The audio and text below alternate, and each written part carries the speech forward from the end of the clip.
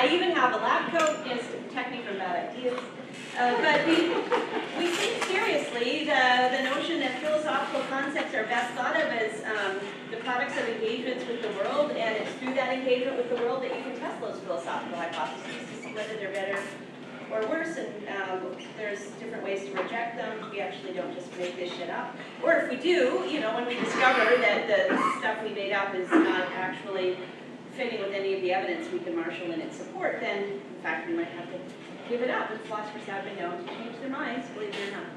So that's, the lab is called Phronesis Lab. And Phronesis Lab, in the spirit of that, thinking about philosophy, philosophical ideas, is come in, engaging and testing ideas in the world.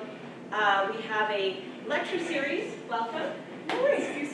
No worries. A lecture series, Philosopher, Scientist, Citizen, which is a series that's focusing on the role of philosophers and scientists in the community and the kinds of responsibilities they have as philosophers, as scientists, and how sometimes the boundaries between those two, between philosophers and scientists, and indeed between philosophers, scientists, and citizens, get blurred. Welcome. Hello. Hey, hi, how are you? Great, glad to see you. Jonathan Kaplan is going to introduce Massimo. Before I hand it over to him, I just want to note that I am giving a talk on themes of science and politics that's being live taped. But it's like the Letterman show, you know, it's live, but it's taped. Yeah, it's a live studio audience. You would be the studio audience. It's next Wednesday.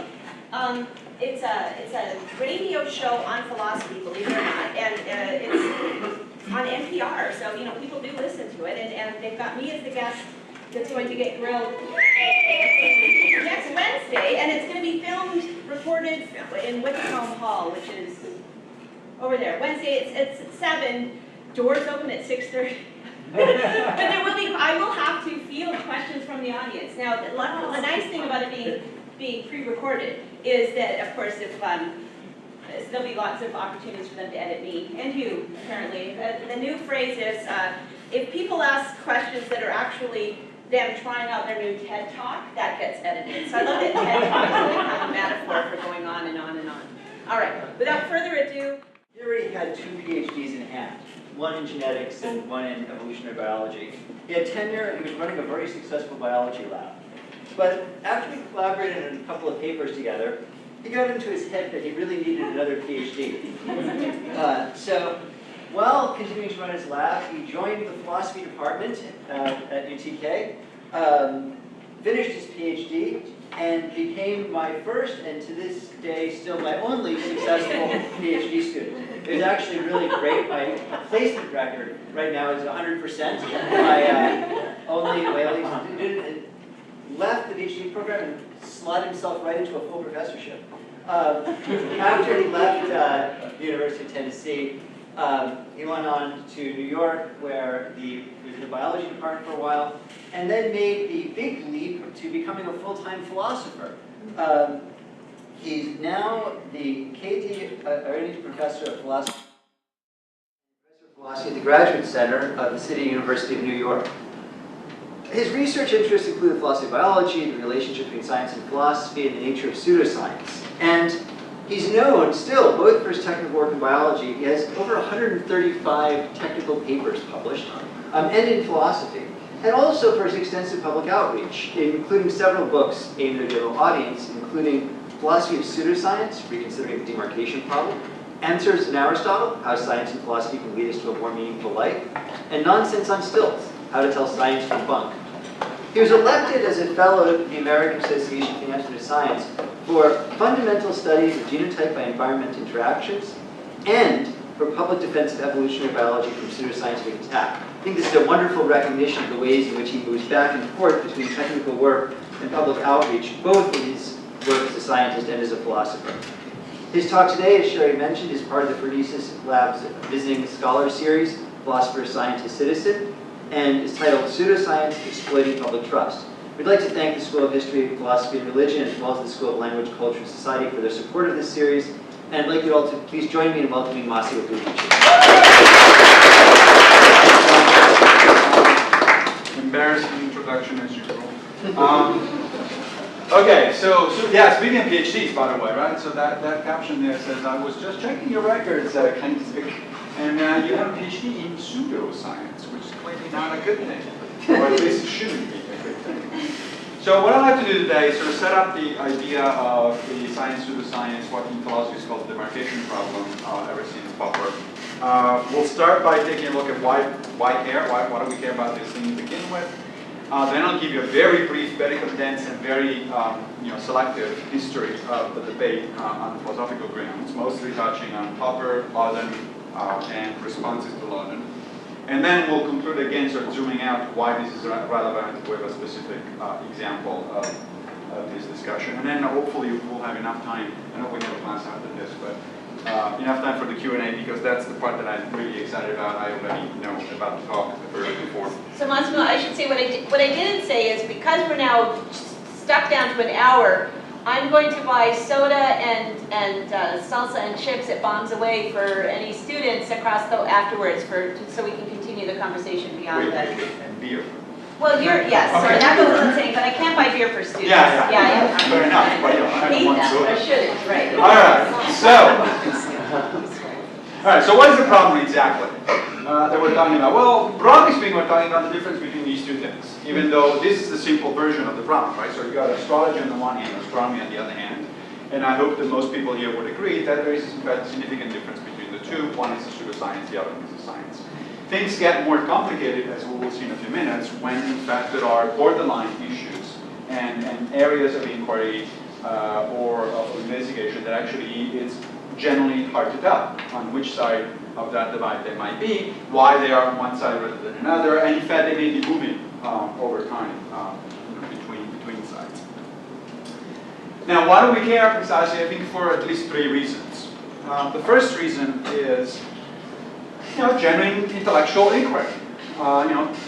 People, mostly philosophers, but also scientists, are curious about this kind of stuff. I know that when my colleagues, both in the sciences and philosophy, I learned, when you ask them why do you do what you do, their answer seems to be something on the lines of because it's intrinsically interesting, by which they mean it interests me, and therefore it's ought to be interesting to other people. But I do think there is a genuine interest here in terms of sort of epistemology, nature of science, and so on and so forth, that if you're a philosopher of science, or as I said also, if you are practicing science, you should really be interested in. But there are also practical reasons. First of all, science costs money, lots of money. So it is interesting to ask, as a public, why is it we give money to certain kinds of scientific activities rather than others, or why don't we give money to certain kinds of fields of inquiry? For instance, the federal government for now a number of years has been giving millions of dollars every year for research into so-called alternative medicine. And there's a legitimate question about how much longer do we need to test claims about homeopathy, for instance, before we figure out that it's not worth spending additional money on it. And of course, the same might go the other way around. I mean, there may be some legitimate areas of scientific inquiry that you might want to have a second look at it and say, well, do we really need to spend that much money on, I don't know, search for extraterrestrial intelligence? Yes. We have very strong opinions about that. There's also another practical reason, of course, that contrary to what seems to be a fairly general sort of perspective on pseudoscience does hurt and sometimes kill people, right? I mean, when I started doing these kind of things and being interested in pseudoscience, people often would say, well, why bother? If people want to wake up in the morning and pick up the horoscope and read it, what's the harm? Well, actually, I can think of harm in that sense as well, but yeah, that's not the problem. The problem is when things like that happen. So that one is a woman who did not believe in the connection between HIV and AIDS, and therefore refused to take AZT drugs, drug cocktail. And as a result, both her and her child, she was pregnant at the time, died. And lots of people fall into that sort of category. Millions of people in Africa have died over the years, in part because a number of African governments have refused to take seriously the connection between HIV and AIDS. The South African government changed their mind only very recently, 2 years ago. And therefore refused to provide the appropriate drugs and so on and so forth. And of course, I'm sure you're all familiar with the vaccination issue that is going on now, both in the United States and in in other parts. Especially in Oregon, we're have one of the lowest rates of compliance. There you go. So these things do actually matter in practical terms. People do make decisions about that impact their lives. But this is philosophy, so let's go back to philosophy for a minute. So here's Karl, of course, who was the guy who put on the map the so-called demarcation problem. Right? He called it the demarcation problem. The distinction between science and non-science, and in particular between science and pseudoscience. Now this was the beginning of the 20th century, so the first attempt was kind of rough. But it's still to be used as a reference point because, as it turns out, everybody's been essentially responding to Popper and then people responding to Popper. That's the way it works in philosophy, right? Some people are still responding to Plato, for instance. Popper's initial solution to what he called the demarcation problem went something along these lines. The science doesn't make progress by confirmation of hypotheses, he said, because it's too easy to confirm hypotheses. You can pick and choose stuff that counts as a confirmation. And in fact, he said that is one of the hallmarks of pseudoscience. He thought that Marxist theories of history and different versions of psychoanalysis suffer from that problem. That is, you can any new piece of information that he was bringing up to his friends in the history department during psychoanalysis, they would take it as yet another confirmation of their ideas, even though seemingly they actually were contradictory or at least didn't fit particularly well. So his idea was, confirming things is far too easy. You can pick and choose the stuff, or you can reinterpret stuff so that it always fits. What's much more difficult, on the other hand, of course, is to survive serious attempts at falsifying a particular notion. Right? So this is the notion of falsifiability. The idea was that science, genuine science, makes progress by rejecting or falsifying hypotheses if, in fact, they have failed empirical tests. The idea was that these empirical tests should be very stringent, right? So he famously said that a real good test of falsifiability would be a situation in which a theory sticks its neck out and it could be chopped, very cleanly, and the theory will not survive to fight another day. If it does survive to fight another day, that's all you can say. You can't say that the theory is true, you can just say, yeah, okay, survive, and now we'll see you in the next round what happens. Now, he was influenced, of course, by the famous 1919 total eclipse of the sun, which was this spectacular confirmation. It turned out this spectacular confirmation of the general theory of relativity, which was rather new at that time. Einstein became a celebrity overnight, first page of all newspapers around the world. Why? Well, because the theory was predicting something very unusual. It was predicting a particular angle of bending of the light, essentially, because of the gravitational effect of the sun, which was going to be visible, particularly during the eclipse, because since the light was supposed to go sort of bending around the disk of the sun, that you could essentially peek around and see the stars emerging before that time, the time that they would have emerged if light were straight, right? This was, to simplify a complex story, but this was in fact spectacularly confirmed by astronomers across the world, so that's why the theory got confirmed. But what excited Popper was not the confirmation, was the fact that the theory survived a very serious attempt at falsification. And of course, since then, general relativity has survived a number of these attempts, hundreds and hundreds of these attempts, which is why it's one of the most accepted theories in modern physics. Okay, now, what Popper was trying to do was to exploit the power of deductive logic. And in part, his interest was to solve, he thought he had solved, Hume's famous problem of induction. So Hume famously said that the problem with scientific and everyday common reasoning is that it is in fact based on induction. You sort of generalize from past experience to future occurrences. But then if you start asking yourself, well, how do I know that that approach actually works? That is a sound approach to reasoning. Usually people, one way or another, come down to something along the lines of, well, it has worked in the past, which of course is inductive reasoning in itself. So you're now trying to justify inductive reasoning by inductive reasoning. That's slightly circular and it's not good. Yeah.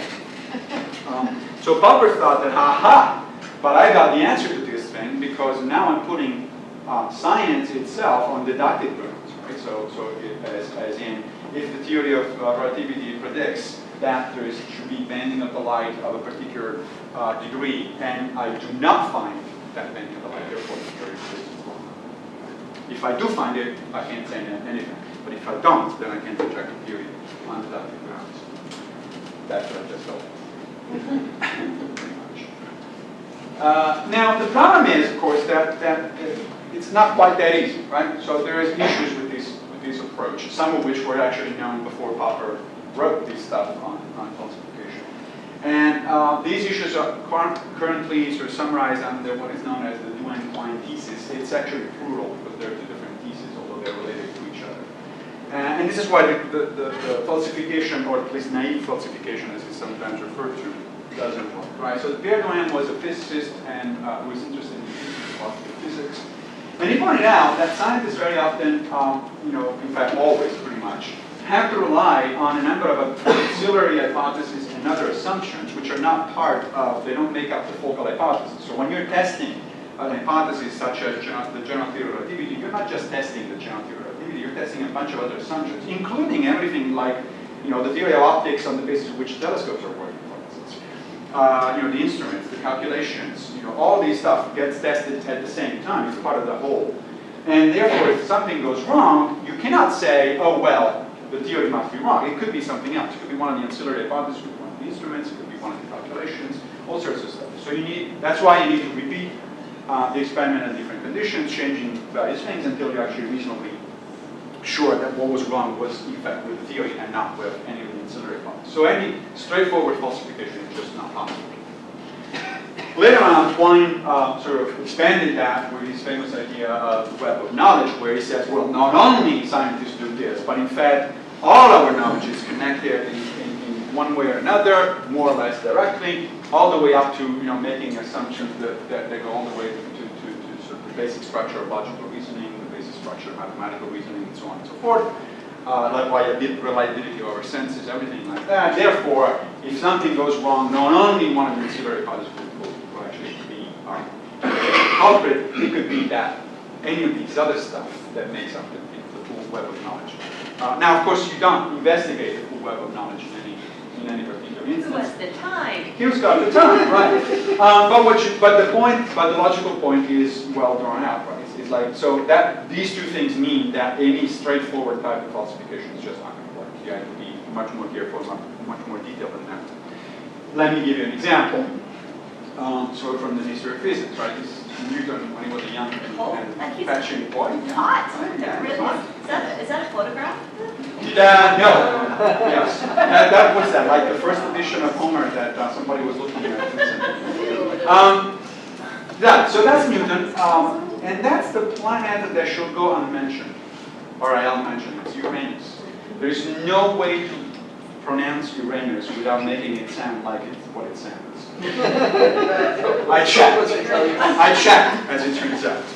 There's all sorts of additional, different pronunciations. I'm going to go with the Latin one, so Uranus. Okay. So that's Uranus. So this works always with the students, right? Every time I get to this point, it's like, ha, ha, ha. Okay. So at some point, Uranus was the last known planet in the solar system. There was a problem, however. That is, its orbit was actually not what was predicted exactly by Newtonian mechanics. It was kind of it, close to it, but not exactly. And in fact, it was systematically not exactly. I mean, it was clear that this was a system. There was some kind of systematic problem. If you were, in fact, a naive falsification, you would say, Newton, go. Because you're not only wrong, you're systematically wrong. But of course, no astronomer in his right mind, or physicist in his right mind, can consider that possibility. What did they do instead? They made up a new planet that didn't exist, that nobody knew about. And whoops, too early. There you go. Not that planet. Neptune. And they calculated the orbit of Neptune according, making certain assumptions about mass and the perturbations in the orbit of Uranus. And sure enough, they found the planet. Think about it. This is a spectacular case of confirmation of a theory, right? And of success of a scientific investigation. This is a whole planet that nobody knew was out there. And then it turns out it's exactly the spot where people thought it was. Great. So Newton gets to survive another day and fight another fight. The other fight came several years later when people found out that the planet Mercury much closer to the sun, had the same kind of problems. Anomalies in its orbit that could not be accounted for by Newtonian mechanics. Aha, says the astronomer. I know what's going on here. There must be another planet. This time must be closer to the sun because otherwise we would have seen it already.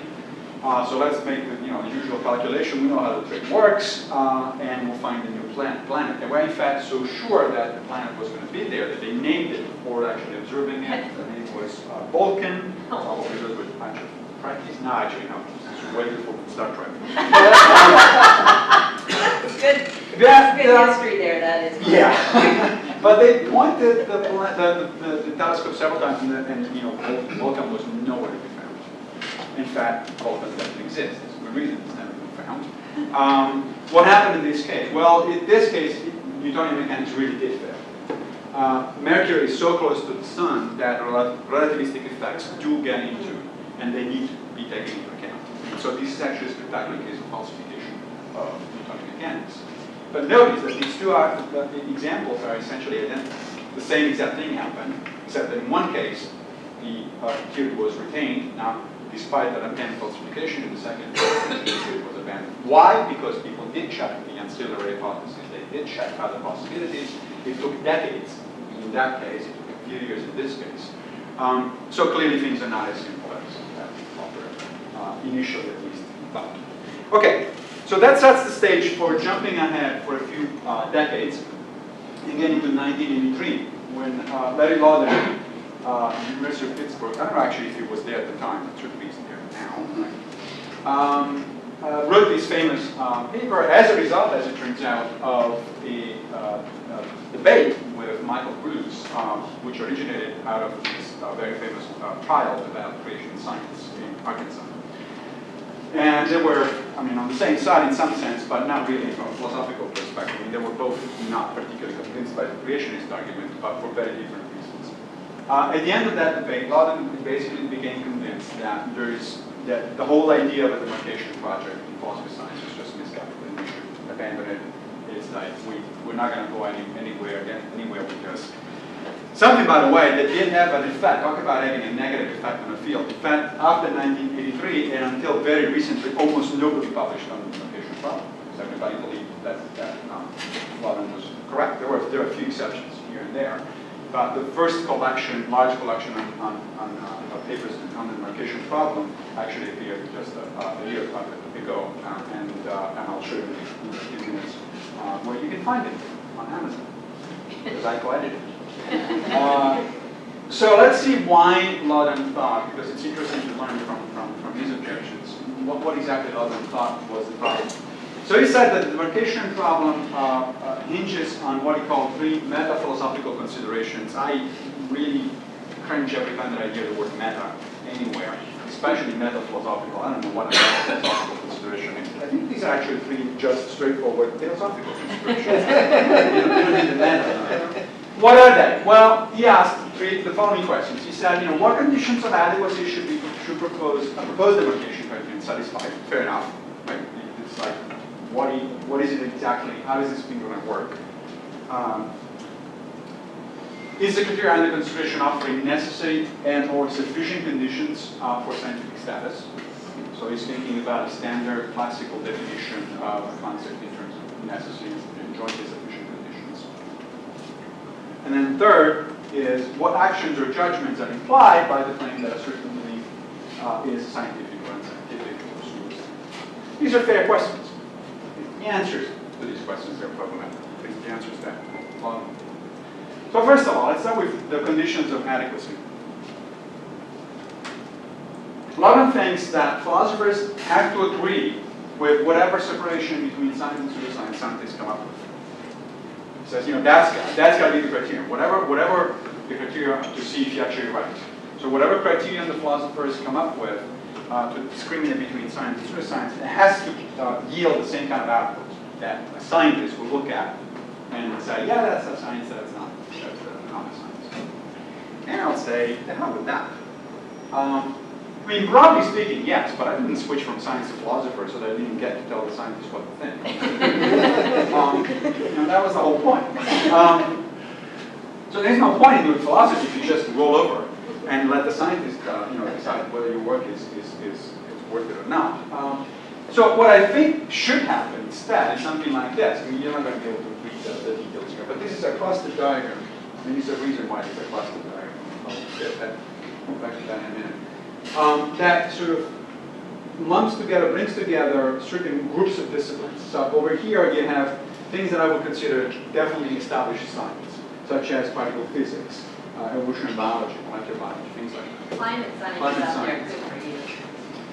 Now, this, I think there should really be no discussion between scientists and philosophers. I mean, if a philosopher comes down and says, evolutionary biology is a pseudoscience, then you got a problem.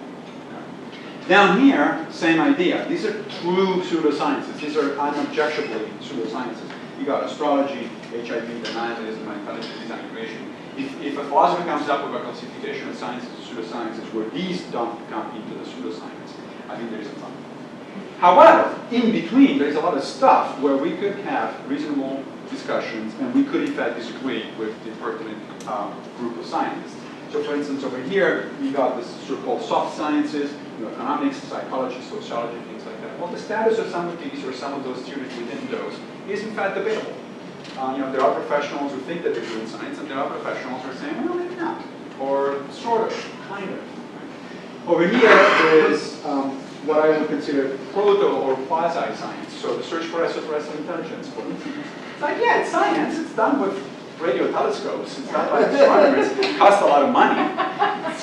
It's got zero data points, right? It's got zero data points, it's got almost no theory behind it, so it's like, yeah, we can have a discussion about this.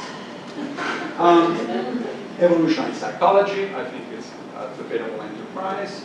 So-called scientific approaches to history, the sort of Jerry Diamond kind of things. And string theory in physics. That one you can leave aside for discussion. Well, Sheldon Cooper would have something to say to you. But he did change and started studying dark matter. So there. That's true. So, okay. Can't believe we're discussing this. Anyway, necessary and sufficient criteria. So this is the second. This is the second question that Logan asked, right? And he said, this is a quote from him, ideally a demarcation criterion would specify a set of individually necessary and jointly sufficient conditions for deciding whether an activity or set of statements is scientific or unscientific. Not really. I mean, sure, if you want a definition of triangles, right, or a definition of sort of very simple sort of concepts, absolutely. You probably want to do that sort of stuff. But no, we have known since this guy who never did any philosophy of science, as far as I know, that it doesn't work that way. For interesting complex concepts, you're just not going to be able to come up with these kind of definitions. And it's not because you don't understand it. It's not because you don't have enough information. It's not because the concept is itself sort of vague and can be discarded. It's just because intrinsically some concepts are so complex and they have fuzzy boundaries. So we all know the application of Wittgenstein's family resemblance concepts to the idea of games, for instance, right? So you can come up, you can try this. I have my students try this as a game itself, try to come up with a definition of games. And they give me things like that. There is a winner, it requires luck, it requires skills, etc., etc. And then for every single criterion, of course, it's very easy to come up with examples of games that don't, for which the criteria does not apply, or examples of activities that are not games, quite clearly, for which the criteria does apply. Right? But does that mean, Wittgenstein famously asked, that we don't know what a game is? Of course not. We have a pretty good idea most of the times. Right? And in fact, we can group games in ways that make sense. I mean, you've got board games over here, you've got some Monopoly card games, made, ball games, sports. Sometimes there are overlaps. Right? There are things that belong to more than one category. And you can shift things from one category to another because it's not necessarily the case that the appropriate place is outside of anything of the picture. So I think that is the way of thinking about science and pseudoscience. So these are the same areas of inquiry that I showed you before in a cluster diagram. I showed them in a cluster diagram because family resemblance concepts are also known as cluster concepts, right? And you can do actually, if you have any way to quantify these things, you can actually do a multivariate type of analysis known as cluster analysis. Or you can do something like this. So here is an hypothetical example where you have two dimensions over here. This is some kind of measure of theoretical understanding or sophistication of that activity. This one is a measure of empirical knowledge for the reliability of the notions in that particular activity, and then you sort of can put these stuff, the same things that you've seen before, on these diagrams, where again, the extremes are clear. Particle physics, emotional biology, that sort of stuff over here. Very high theoretical content, very high empirical reliability. Right? And over here, there's the true pseudoscience, astrology, denialism, intellectual design, all that sort of stuff. Very low or entirely missing theoretical content, and also very low or entirely missing empirical. And then the fun stuff is in between, where you have things that have either very high empirical content but fairly low theoretical one, such as many of the social sciences, especially psychology and sociology. Economics has more theoretical content but less empirical content, depending on whether you're doing, of course, the macroeconomics or not. Evolutionary psychology is down here. The theory is pretty decent, but the data is actually quite lacking, it's sparse.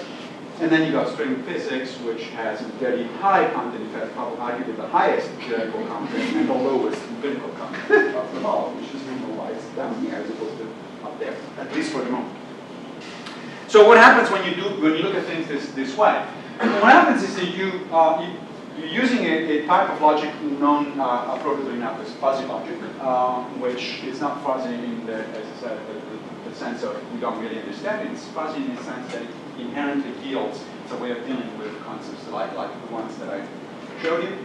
What do you do? Well, you lose precision and you gain insignificance. What does that mean? Well, let me give you an analogy. So, this two-panel cartoon will show you the difference between precision and significance in the real world. So this guy over here is saying a 1,500 kilogram mass is approaching your head at 45.3 meters per second. This is very precise.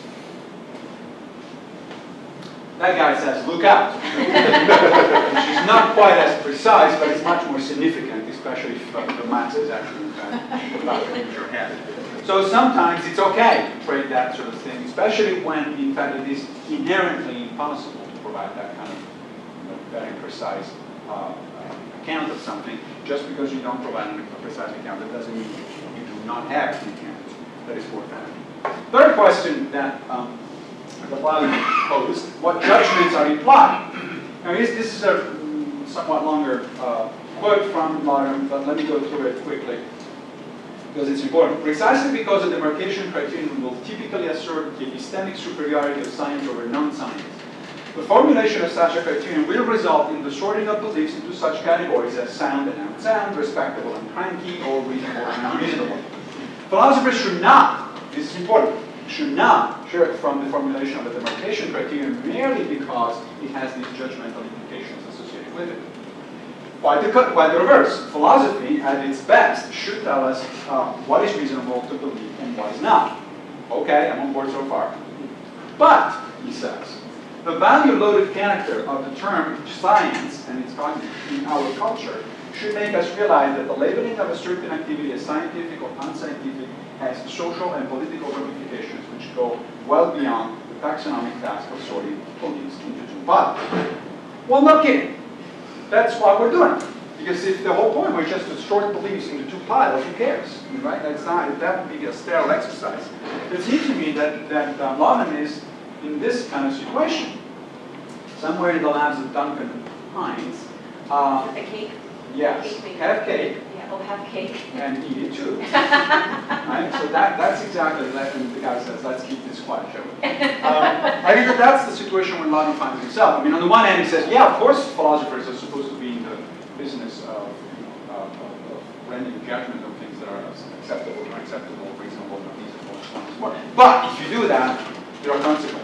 Well, yeah, and that's fine. You know, that's the reason why we do these kind of things.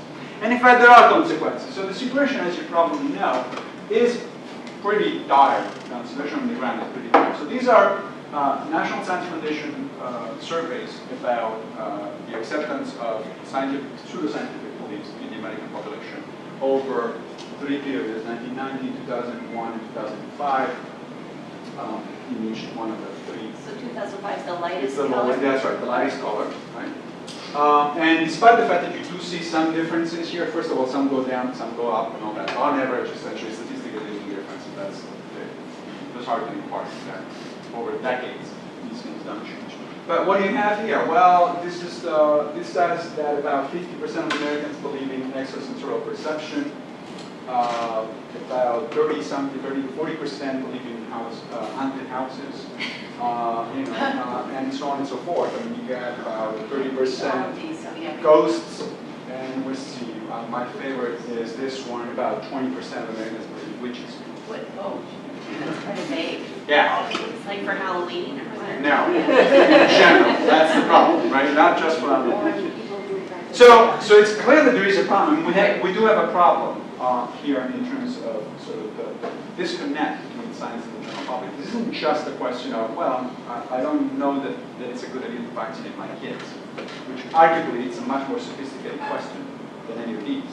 This is as basic as, no, I really believe that houses are haunted, and witches are real, and so on and so forth. Now, philosophers do make a difference, however, in these cases. In fact, I started out, I told you the London article came out as a result of these debates, these discussions during the 1982 was, right, the trial in Arkansas. This is a more recent example. This is 2005, Dover, Pennsylvania. This is the first time that the intelligent design creationism, which is a much more sophisticated version of creationism, actually went up for legal scrutiny. This is Judge Jones, who was presiding on the trial. The creationists thought that they had a great chance because Judge Jones is very conservative. It was appointed by the latest Bush president. So it's like, we got it. It's like we have a very good shot. It turns out they had a horrible shot. The judge was manifestly pissed off by the whole thing. I mean, if you download the full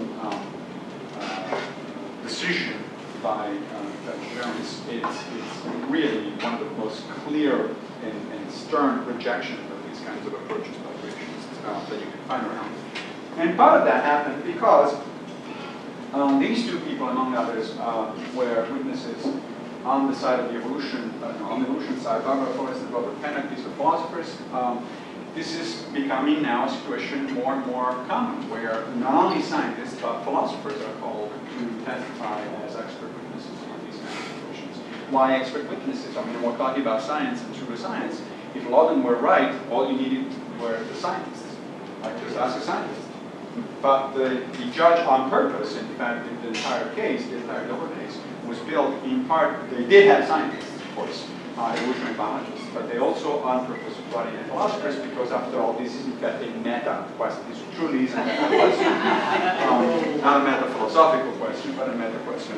So, to summarize, so here's what Judge Jones' decision in part reads, and it's a really delightful reading in terms of sort of philosophy of science 101, basically.